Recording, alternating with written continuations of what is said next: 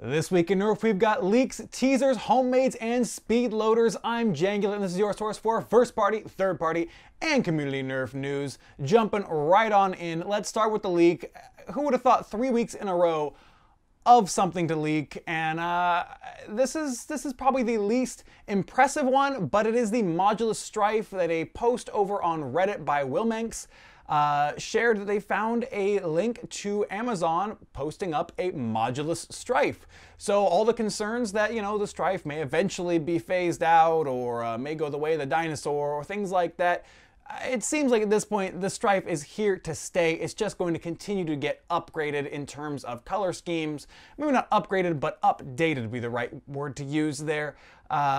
So yeah, I'm glad to see it. I mean, it's not, it's not the most groundbreaking thing like a new blaster like we've seen the last couple weeks, but it is good to note the strife is going to continue to be a staple blaster in the Hasbro line, and I'm very pleased with it. I'm not so much as pleased with the fact that it looks like it's coming with a grip and a barrel attachment, which likely means the cost will go up a little bit. Not a fan of that. This is a great entry-level blaster, a great beginner blaster for so many people to buy and use that I really liked it when it was at that $20 to $25 price point. And this is probably going to bump it up another $5 to $10 with these extra pieces that honestly, they probably had laying around the factory and said, we've got a bunch of these extra things we need to get rid of. Let's just, put them on a strife. Whatever. We'll repaint the strife and we'll make it a modulus blaster. We'll throw those in with it. Yeah, that's a good idea. Yeah, done. Do it. Make it happen. So a little bit bummed about that, but it is cool, like I said, that the strife is continuing to be a staple blaster. Good about that. We'll see what the price is when it actually hits retail. We'll see, fingers crossed. But yeah, moving on, we have the iPack, the Inverse Pump Action Carbine by Spud Spadoni, who made a post on Nerf Haven and shared it over on Reddit about his new homemade that is attempting to address some of the issues with homemades. There's a number of them that he listed that he was trying to fix, or at least start the process of fixing with this blaster, its first iteration. And some of them were form over function in the idea that homemades have always been about function, or at their core about function over form and aesthetics and things like that. So you get things that maybe weren't the most refined looking or visually attractive to some people. Now they have come a long way since their inception in the beginning, and there are some truly beautiful homemade blasters out there now, but I like that he's trying to go about this in a different way and go with the form, and he went for an aggressive look with this version. And he also wants things like being able to break down the blaster for easy transportation or storage and things like that. He wanted things to be a little bit safer in terms of personal use, and he just had a whole list of issues that he wanted to try and address and fix. And I love this kind of innovation and driving things forward and trying to find solutions to questions that people maybe were okay with not asking or just kind of had resigned themselves to accepting in their style of nerfing. So I'm really pleased with this. I think it's really cool. It may not be something that I'll build anytime soon, but I think it's great that they are really trying to push things forward and kind of get that innovation and creativity going and see what they can do with it. So I look forward to seeing further iterations and builds and how this continues to go along. A link to that will be down below, of course, if you want to take a look at it in the build guide and build your own and maybe see what it's like. So I think it's really cool. Go check that out. Now moving on to another, I guess we can call it a homemade blaster. This is the FDL-2X and 2V Plus. Now, if you know about the FDL-2, it is a really cool homemade 3D printed blaster that is just a very, very nice piece of machinery, or machinery I shouldn't say, a very nice creation for the Nerf blaster community that has a very, very high rate of fire, very powerful blaster that gives you a lot of control over the aspects that you're using within it that I like, that I think is really neat. I haven't been able to afford one, but I appreciate the amount of craftsmanship that goes into them, and I like that Jesse over FDL is continuing to iterate and improve these as they go. Now, we don't know exactly what the improvements are, at least I don't yet. I'm going to try and reach out to Jesse and find out, and I'll report back to all of you. But Radio Silence 187 posted on Reddit that he got a email from FDL2 or from FDL about the FDL2V and 2X just with these spoiler images or teaser images showing what they look like, and you see some changes from the other versions. You've got a stock on one of them, and they're nice looking. They're continuing to improve, and that's really one of the best parts. It's not just, we have this product, it's done, let's just sell it. It's whatever. It's, we have this product, we're going to continue to improve it as we sell it, and it's the way it's going to be, and I like that. I like the continued innovation and growth. So yeah, I'm looking forward to seeing exactly what all the details are on these, because I think it's cool, and I always like seeing changes for the better. So yeah, keep a lookout for that. Now, the next thing I want to talk about is something that was posted on Nerf Modders Welcome. That's from Michael Leung. I probably butchered that, I'm so sorry. But it is an improved speed loader design. Now, some of you may remember there was a speed loader design floating around a while back that was very easily 3D printed or cut out from plastic card and things like that. I liked it. I never went ahead and made any myself, but I thought it was a neat idea, even if it wasn't functionally sound completely, like it hadn't been refined all the way. I thought it was really interesting. So he's taken that design and tried to improve upon it. It feels like that's kind of a theme for this week's episode. Go figure.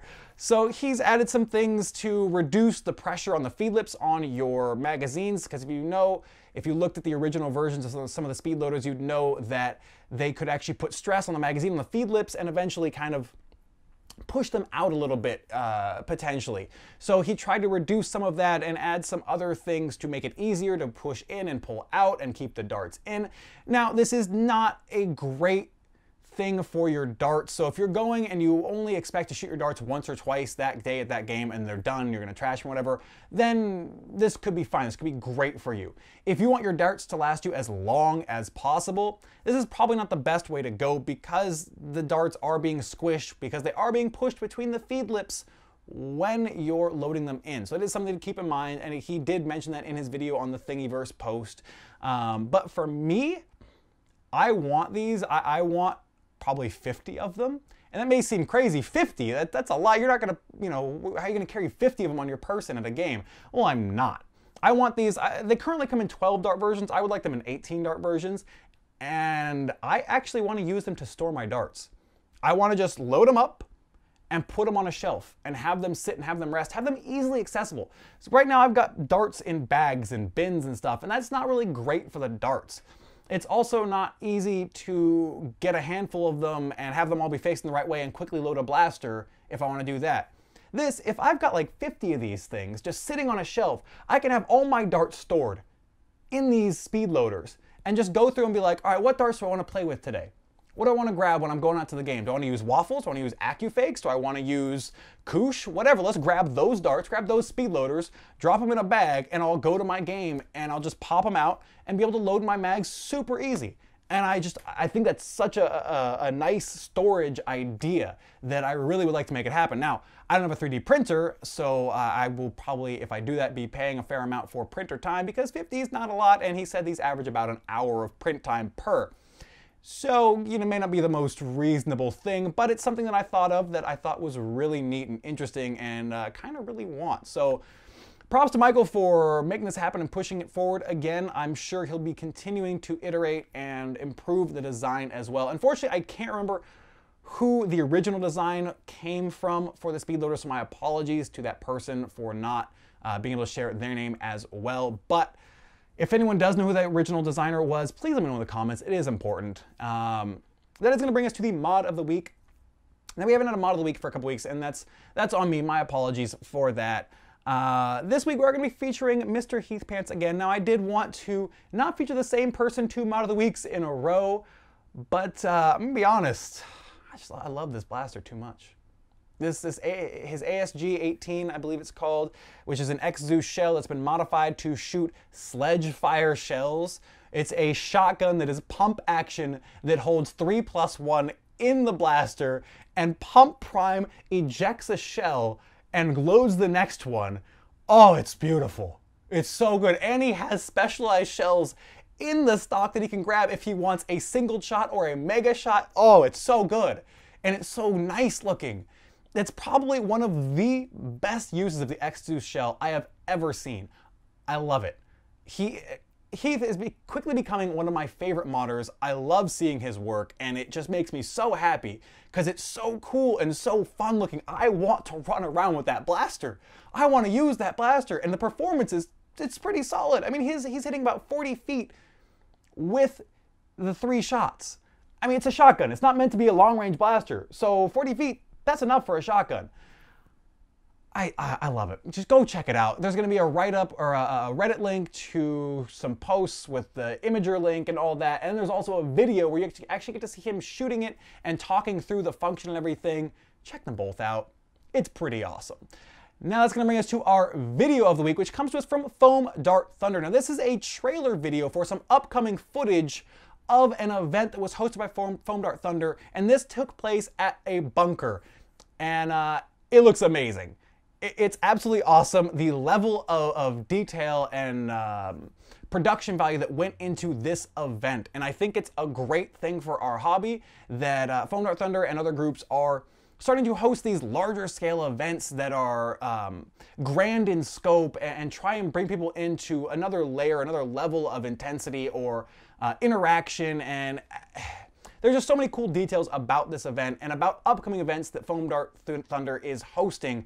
And I'm really looking forward to seeing the footage from this because it looks very professional. Like they had, I believe he hired actually video makers or filmmakers to come in and film and get him footage from the game. So that's gonna make stuff look really, really cool and potentially bring new players and new eyes to the hobby. So this is great on so many different levels, both for people playing and for bringing new players in and getting fresh blood in the hobby, because that's really how we continue to grow our hobby. And this is a great way to do that while having an amazing amount of fun and getting some great videos and footage after the fact. So that video is going to be right here, and that's going to bring us to the end of the video. So let me know what you thought about everything, all the ingenious, ingenuitive things that we talked about today, the iPack, the FDL2X and 2V Plus, the improved speed loader design, Mr. Heath Pants shotgun, and the new Modulus, and of course, that bunker gameplay trailer. Let me know in the comments. I love hearing from all of you, and as always, thank you so much for watching.